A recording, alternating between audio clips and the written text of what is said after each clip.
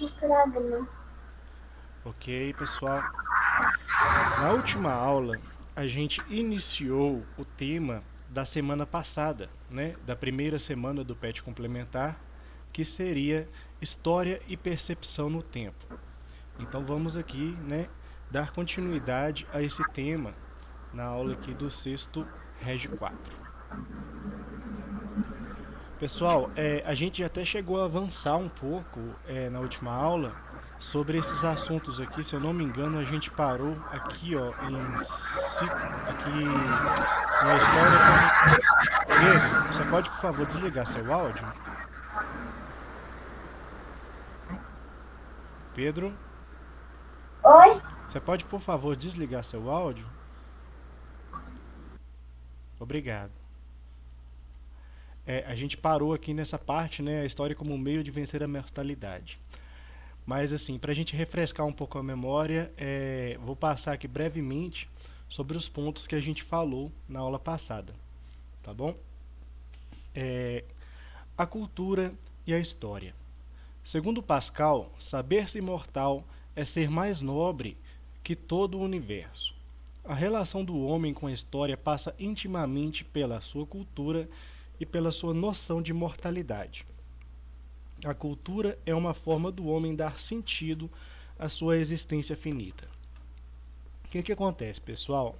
Apesar da gente se configurar como seres mortais, né? Seres que têm uma existência limitada, seres que irão em algum momento morrer, né? Encontrar o fim da sua existência, a gente tem um pensamento. Oi, boa tarde, Isadora. Boa tarde. Só colocar sua presença aqui. Isadora Mercedes Jacinto? Sim. Ok. Salvar aqui. Beleza, continuando aqui, pessoal. Apesar da gente ter uma noção de que a gente tem um limite, né, que a gente tem uma mortalidade, nós somos seres também que criam a cultura. E a cultura, ela transcende a mortalidade. Apesar da gente chegar ao fim em algum dia, né, o que a gente produziu em vida, o resultado da nossa existência, perdura, né, pelos nossos filhos, pelos nossos netos, né, nossa existência, ela tem um significado nas gerações posteriores. E isso está intrinsecamente ligado à questão da cultura. Boa tarde, Nayara. Nayara, boa tarde. Boa tarde. Nayara Cristina dos Anjos. Ok. Pessoal, então essa questão, né? A gente cria cultura, de certa forma, como um meio de tentar dar um sentido para a nossa vida. Porque muitas perguntas se manifestam no nosso caminho durante a nossa vida, né? Por que a gente vive? Qual que é o sentido da vida? O que a gente está fazendo nesse mundo? Né?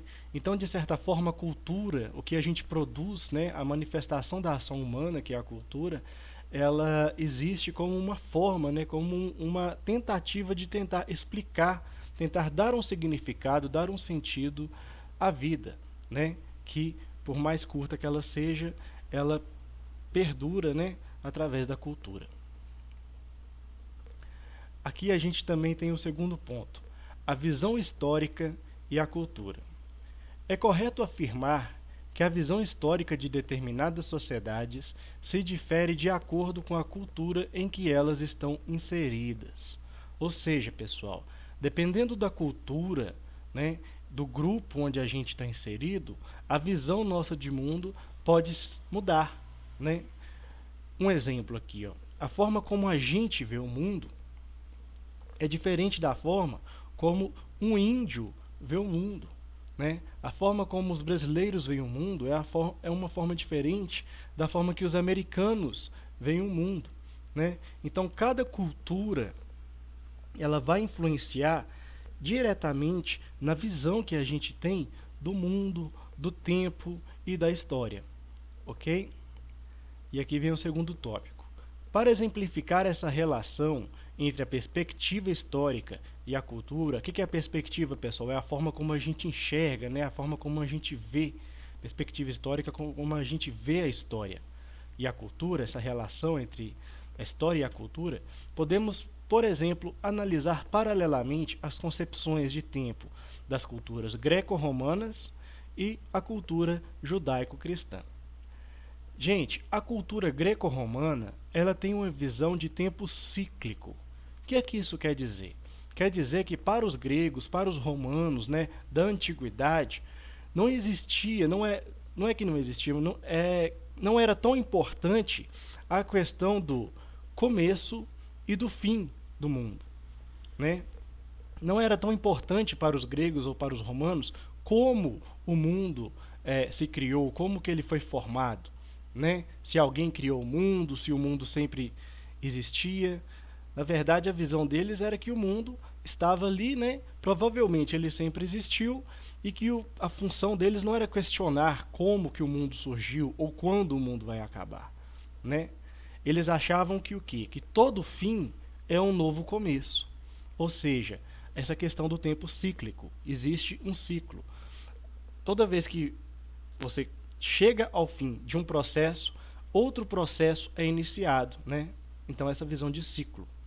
E também tem a cultura judaico-cristã, que tem uma visão de tempo linear. O que é essa visão de tempo linear? É uma visão diferente dos gregos e romanos. Enquanto os gregos e romanos não pensavam tanto na importância do começo do tempo e do fim dos tempos, já os judeus e os cristãos, eles têm essa preocupação. Quando que o tempo se iniciou? Se iniciou a partir do momento que Deus criou o mundo, né? Segundo o mito do Gênesis, Deus em 7 dias criou o mundo e tudo que há nele, né? E quando que o mundo vai acabar, quando vai chegar o fim do mundo, será, né, de acordo com a ideologia cristã, no momento que é descrito no livro do Apocalipse, ok? Então, a gente tem uma visão linear, a gente acredita que tem um começo, que tem um meio e tem um fim, ok? Deu para entender mais ou menos essa diferença de tempo cíclico e tempo linear? Sim. Beleza. Então vamos avançando aqui.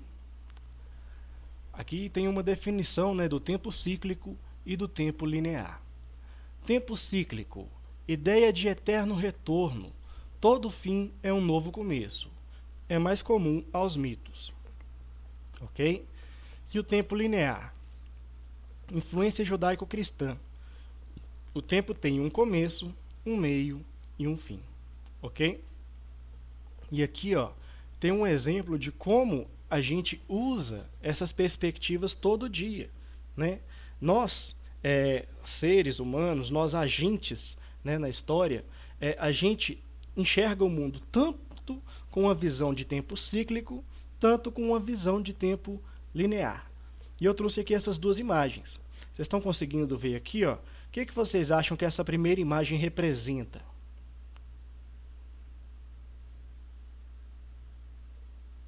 Galerinha, o que vocês acham que essa primeira imagem representa? O inverno? Inverno. Também, né? A gente vê o que nessa imagem? A gente vê o ciclo das estações. Boa tarde, Gabriel.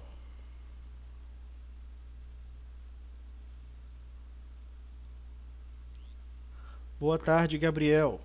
Boa tarde. Gabriel Boscolo de Jesus, né? Sim. Ok, coloquei sua presença aqui. Aqui a gente Qual tem... que é essa? Como assim, Gabriel? Que é essa o quê? Atividade. Essa aqui seria a atividade da semana passada, ok? A gente está abordando os temas da semana passada. A semana que vem a gente aborda os temas dessa semana. Tá bom? Sim. Então, continuando aqui, pessoal. Aqui a gente tem a visão dos ciclos das estações. Aqui nessa parte, primeira parte aqui, a parte verde, seria o verão. Aqui logo abaixo a gente vê as folhas caindo, seria o outono. Aqui, né, a gente vê neve, a gente vê o frio. Aqui, ó, seria o quê? O inverno, como vocês disseram, né? E aqui um pouco mais acima a gente vê a árvore cheia de frutos. Seria a primavera. E logo após a primavera, o que vem de novo? O verão. A gente pode dizer que isso aqui, ó, é uma visão cíclica do tempo, né? A gente sabe que sempre se repete esse ciclo, o ciclo das estações, ok? E aqui ao lado a gente tem uma visão linear do tempo. Como que é essa visão? Uma visão da sucessão dos anos, né? Primeiro aqui a gente tem representado nessa linha do tempo 2012, aqui seguido a gente tem o ano de 2013, depois a gente tem 2014, depois 2015, depois 2016 e por último aqui, ó, 2017. Ou seja, tem uma linearidade, segue uma linha reta, né? Não acontece um ciclo, não se repete. De 2017 não volta a ser 2012. De 2017 a gente vai ter o quê? 2018 e depois 2019, né? Sempre seguindo em frente. Então, o tempo linear ele vai sempre seguir em linha reta. E o tempo cíclico ele vai sempre se repetir, né? A gente vai ter sempre essa visão de ciclo, uma visão circular do tempo. Deu para entender, pessoal? Sim. Beleza. A história como meio de vencer a mortalidade. E aí vem o tópico. Portanto, a história é construída pela temporalidade humana como um meio de transcender aos próprios limites existenciais. Por que o ser humano cria história? Vamos pensar, né? Por que o ser humano ele se preocupa com o passado, sendo que a gente vive no presente? O que vocês acham? Qual que é a opinião de vocês? Se a gente vive no presente, por que a gente vai preocupar com o passado? Por que a gente vai preocupar com a história? Pessoal, pode responder aí.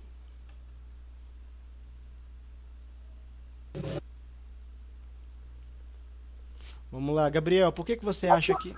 Diga, Pedro. É por causa que eu acho assim, ó. Porque a gente tem que se preocupar com o passado por causa que eles que criaram a nossa história. Tá certo, né? O passado, ele vai explicar como que a gente chegou aonde a gente está, né?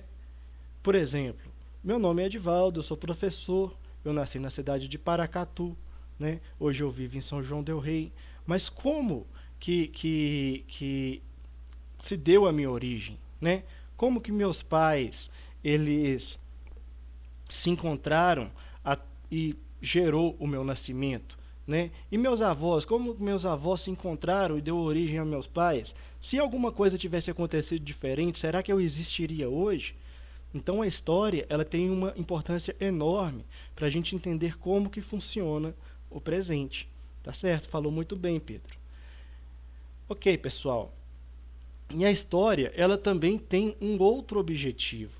Porque ao mesmo tempo que a gente estuda a história, que a gente estuda como que a história aconteceu, né? A gente estuda a ação das pessoas que viveram no passado, nós também hoje somos agentes históricos, ou seja, a gente vivendo no presente, a gente também está fazendo história, porque no futuro nós não seremos mais os agentes atuantes, a gente vai ser os personagens, né, da história, a gente vai se tornar os personagens do passado.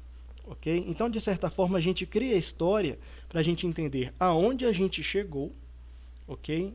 E para a gente deixar marcado o que aconteceu para o que vai vir depois, né? Para as pessoas que virão depois. Ou seja, a gente tenta transcender a mortalidade, a gente tenta manter a nossa história viva além da nossa existência, ok?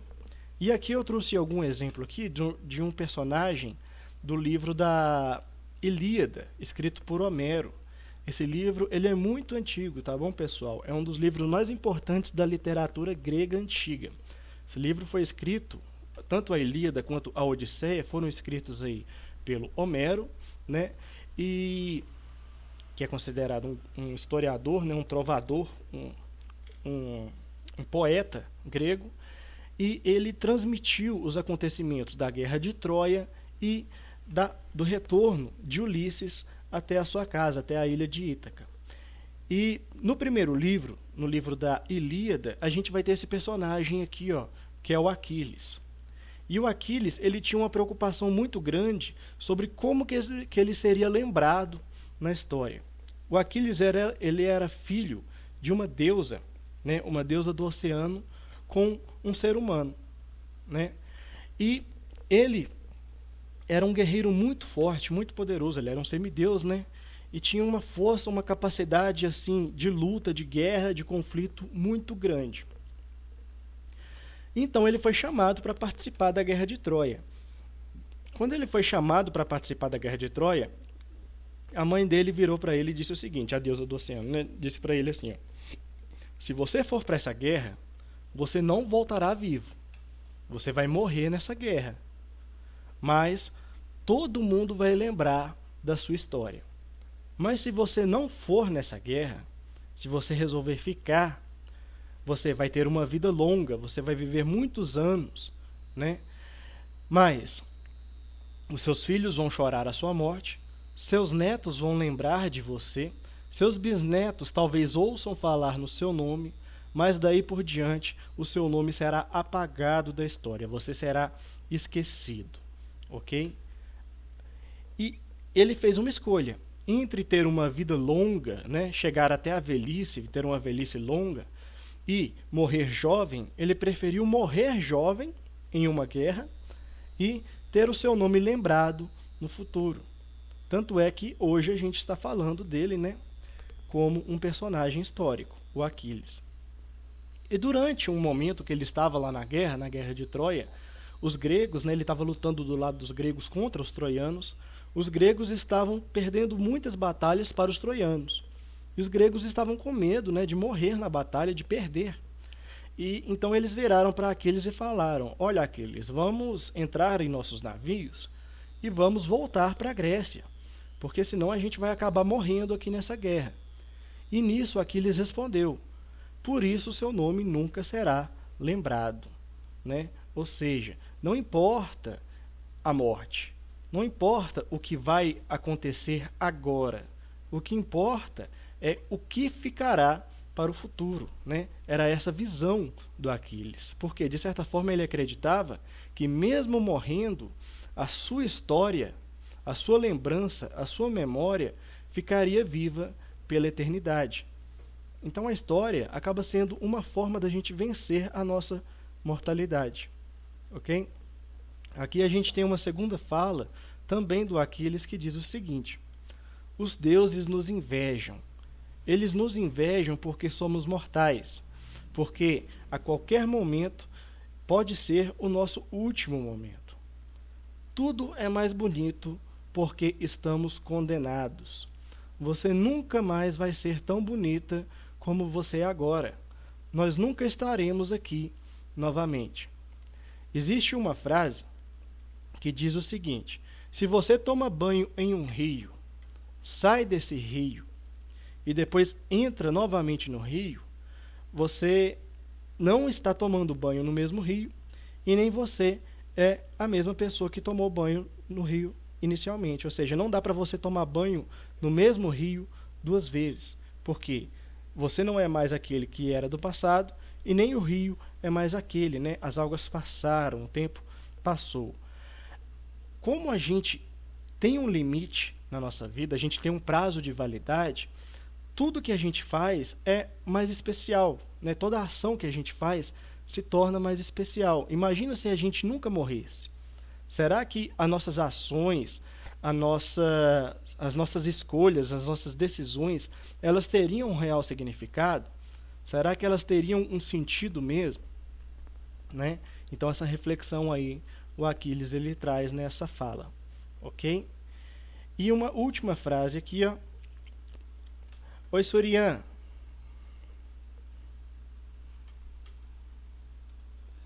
Oi. É Surian Evelyn Faction Fonseca.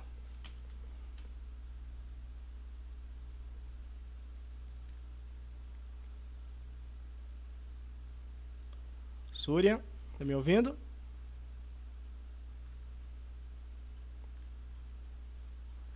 Pessoal. Vamos continuar aqui, tá bom?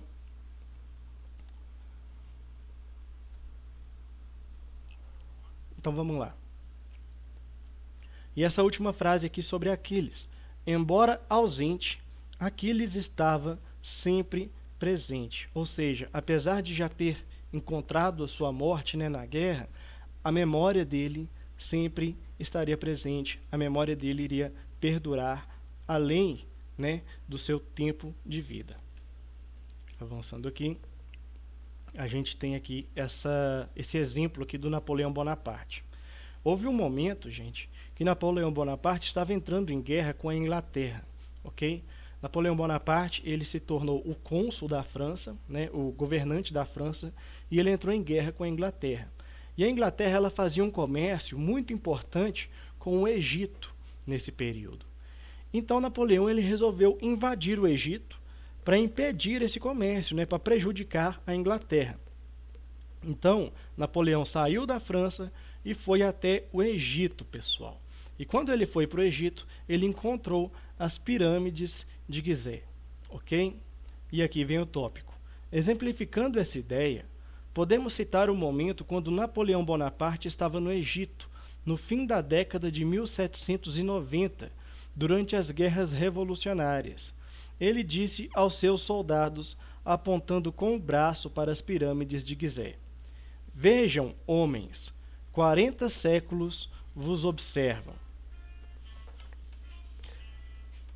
Pessoal, quando ele fala isso, né, vejam, homens, 40 séculos vos observam, ele não está se referindo a, olha, pessoal, como essas pirâmides são velhas, como essas pirâmides são antigas. Não, ele não está querendo dizer isso. Ele está querendo dizer o seguinte: olha, pessoal, imagina quantos olhos, imaginem quantas gerações, né, puderam ver essas pirâmides. Ele fala que 40 séculos, né, ou seja, 4.000 anos, né, durante 4.000 anos as pessoas, os seres humanos, viram esses grandes monumentos aqui, que eram as pirâmides de Gizé. Ok? Avançando aqui, a gente tem o tópico explicando um pouco sobre essa questão aqui do Napoleão, essa frase do Napoleão, né? Considerando que há um antigo provérbio egípcio que diz: os homens temem o tempo, mas o tempo teme as pirâmides. É correto dizer que a frase de Napoleão faz referência não à resistência da materialidade física das pirâmides, mas às várias gerações humanas que elas representam, né? Ou seja, não é porque a pirâmide estava lá forte, resistente já há tanto tempo, mas sim a quantas pessoas, né, quantas gerações, quantas pessoas no tempo puderam presenciar esse monumento. Ou seja, Napoleão não faz referência aos 40 séculos apenas para ressaltar meramente o tempo cronológico natural, mas sim para dizer aos seus soldados que, ao lutarem naquela região, 40 séculos de tradição humana, representada pelas resistentes pirâmides, estariam observando e testemunhando os feitos históricos que eles próprios, os franceses, estavam realizando no Egito, no fim do século XIX. Ok? Então, pessoal, a gente falando aqui, ó, um pouco sobre essa questão de como a história ela se manifesta nos objetos, nos lugares, né? Eu pergunto aqui para vocês, na sua opinião, qual desses monumentos aqui, ó, seria o mais antigo? As pirâmides? Pirâmides. Pirâmides? Vamos ver. Correto, né, pessoal? O Cristo Redentor, ele tem 99 anos de idade. A construção dele começou em 1922, né? Então nós estamos em 2021, não tem nem 100 anos ainda de idade. Já as pirâmides, elas têm 2.700 anos, né? E aqui a gente tem uma descrição. As grandes pirâmides de Gizé, Quéops, Quéfren e Miquerinos foram construídas há cerca de 2.700 anos antes de Cristo, né? Então aqui fala 2.700 anos antes de Cristo, pessoal. Então se a gente está em qual ano? 2021, correto? Então, se passaram 2021 anos desde o nascimento de Cristo. Antes do nascimento de Cristo, as pirâmides já existiam há 2.700 anos, né? Aqui, ó, elas foram construídas há cerca de 2.700 anos antes de Cristo. Então essas pirâmides, elas têm 4.700 anos de idade, ok? Então, são mais de 40 séculos, né? São 47 séculos de história que tem essas pirâmides aqui, ó. Napoleão, ele estava se referindo não à idade das pirâmides, não a como as pirâmides eram velhas, eram antigas, mas sim a quantas pessoas presenciaram a magnitude, né, desses monumentos, do monumento aqui das pirâmides. O Cristo Redentor também é um grande monumento, mas bem mais recente, ok? Avançando aqui. Contagem do tempo na história. A contagem do tempo na história varia de acordo com cada povo e cada época. Os primeiros povos fizeram seus calendários tendo como referência os ciclos da natureza, suas crenças e seus costumes. Por isso, nem todos os países seguem o mesmo calendário. Ok, pessoal? Aqui está falando sobre a contagem do tempo, ok? A gente conta o tempo com algumas medidas, né? A gente cria medidas para medir o tempo. Por exemplo, o dia tem 24 horas, né? O mês tem 30 dias, né? Uma semana tem 7 dias. Um ano tem 12 meses, né? Uma década tem 10 anos, né? Um século tem 100 anos e assim por diante, ok? E também está falando aqui, ó, que essa visão, que essa medição que a gente faz da história, né, essa contagem do tempo, ela varia de acordo com cada cultura e com cada tempo, ok? Por exemplo, os judeus, eles acreditavam no calendário cíclico também, ok? Inicialmente, que era aqui, ó, que tinha esses meses aqui, os meses de Nissan, Iyar, Sivan,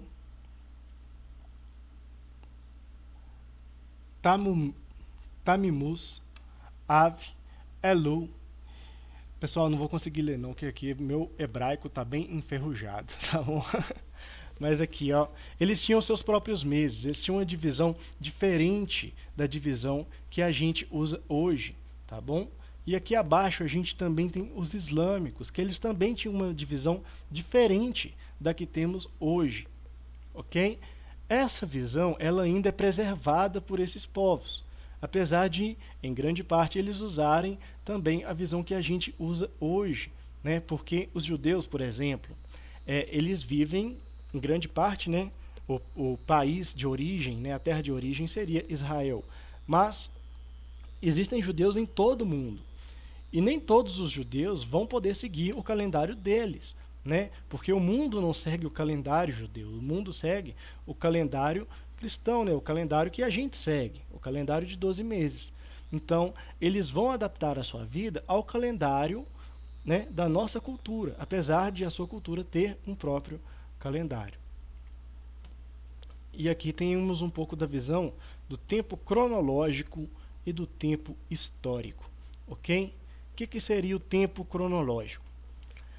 O tempo cronológico, pessoal, ele é contado através da contagem do tempo pelo calendário. Ele se faz de forma exata, linear e numérica. O tempo é fundamental para o ser humano, para ele se situar no universo. E o tempo cronológico, ele tem muito a ver com a contagem do tempo através de fenômenos naturais. Por exemplo, a alternância entre dia e noite, a variação das estações do ano, as fases da lua, as entre-safras de colheitas, ok? E a gente tem aqui o tempo histórico. O que seria, pessoal, esse tempo histórico? Tempo histórico é o tempo relacionado às experiências dos seres humanos à história da humanidade. Como as mudanças não ocorrem da mesma forma, nem no mesmo ritmo em todo lugar, culturas diferentes possuem tempos diferentes, ok? E aqui traz também um exemplo. Assim, os brasileiros que moram em Brasília vivem no mesmo tempo histórico que os índios Xingu, mas os índios Xingu vivem em outro tempo histórico, ou seja, em Brasília eles vivem no mesmo tempo cronológico que os índios, mas o tempo histórico dos índios é diferente do pessoal que vive em Brasília, embora todos estejam no mesmo tempo cronológico, né? Por exemplo, vou dar um exemplo aqui, ó. Eu vivo em 2021, vocês também, estamos todos vivendo em 2021, mas em 2021 eu tenho 30 anos de idade, né? Em 2021 vocês não têm 30 anos de idade, vocês têm a sua idade, né? Vocês são bem mais jovens.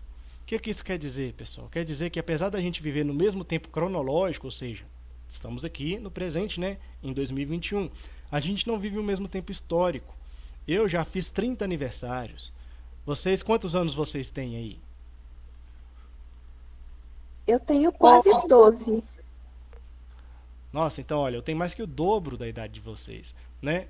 Então a gente vive no mesmo tempo cronológico, né? Vivemos no mesmo ano, estamos aqui em 22 de abril de 2021, mas vivemos tempos históricos diferentes.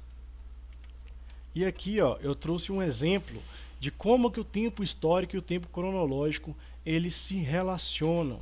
E o exemplo, eu vou dar esse exemplo aqui, ó, com base na Revolução Industrial. O que foi a Revolução Industrial, pessoal? A Revolução Industrial foi um processo que se iniciou na Inglaterra, onde as formas de produção que antes eram feitas manualmente, ou seja, os bens de consumo, né? Que são bens de consumo? O sapato que a gente usa, né? A roupa que a gente veste, né? Esses bens de uso pessoal, né? O copo que a gente bebe água, né? As panelas que a gente cozinha, tudo isso são bens de consumo, ok? Antes, todos esses bens de consumo eram feitos manualmente, mas depois que chegou a Revolução Industrial na Inglaterra, né, no ano de 1760 começou esse processo da Revolução Industrial e ele durou até 1820 a 1840 mais ou menos. Esse processo da Revolução Industrial, ele passou a produzir os bens de consumo que antes eram feitos manualmente, eles passaram a ser feitos industrialmente. Ou seja, não é mais feito por um artesão, agora é feito numa indústria, né? Ou seja, não vai ser só uma pessoa trabalhando no processo. Vamos imaginar aqui que tem um alfaiate. O alfaiate, a pessoa vai lá no alfaiate, né? Ele vai tirar suas medidas e ele sozinho vai fazer uma roupa para você, ok? Quando a gente fala de indústria, a gente fala num processo diferente. O processo do alfaiate é chamado de manufatura. Ele sozinho vai produzir, né, o produto. Já o processo industrial é chamado de... Como é que eu posso dizer? É chamado de processo industrial mesmo. Como é que se dá? Várias pessoas, elas vão trabalhar na produção de um único produto, ok? Vamos imaginar que a produção do sapato. Vai ter a pessoa que vai costurar o couro, né? Vai ter aquela pessoa que vai costurar a sola do sapato, vai ter aquela pessoa que vai passar o cadarço, vai ter aquela outra pessoa que vai colocar o sapato dentro da caixa, né?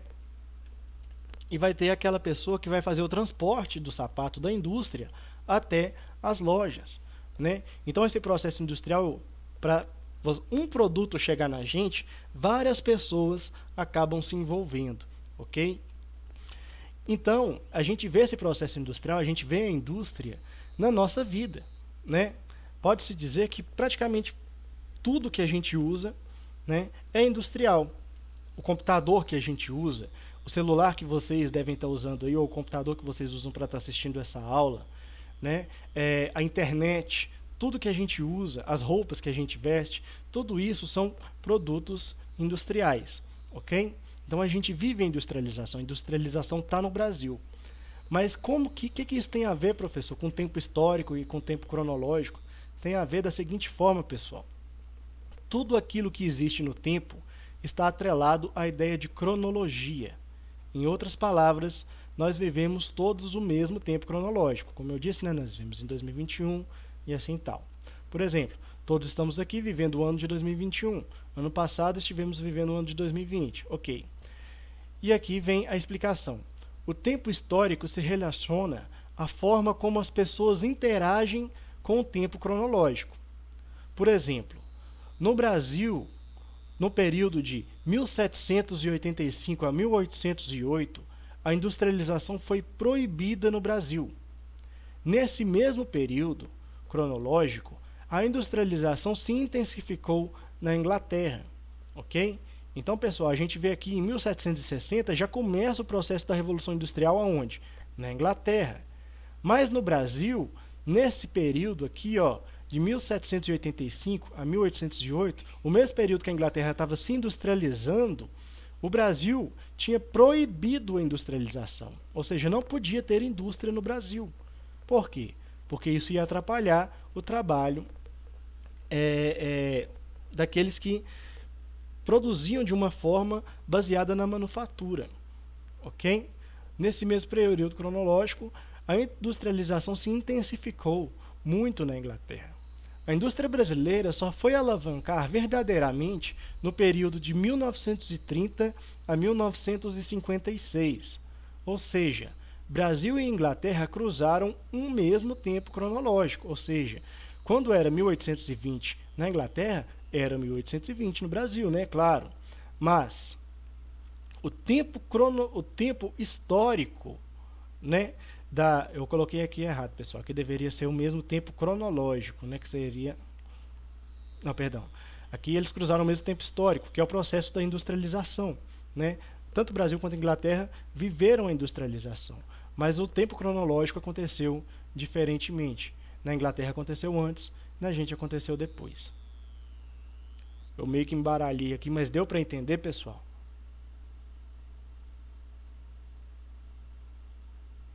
Pessoal? Deu Sim. sim. Beleza.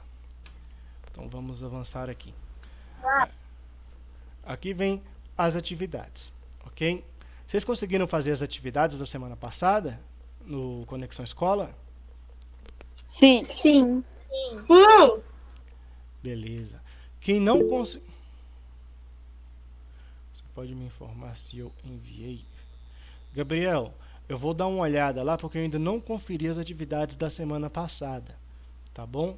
Mas você pode, se você conseguiu acessar o Conexão Escola? Beleza, eu vou conferir lá e se a sua atividade tiver chegado, eu vou te enviar um e-mail, tá bom? Respondendo você até a correção, né, a porcentagem de acertos que você teve na atividade, tá bom? Mas aí, pessoal, caso vocês não consigam acessar o Conexão Escola, vocês podem estar enviando a atividade também no meu e-mail, tá bom? Faz no caderno. Pode ser só as respostas. Coloca lá o título, né? Semana 1 do PET complementar.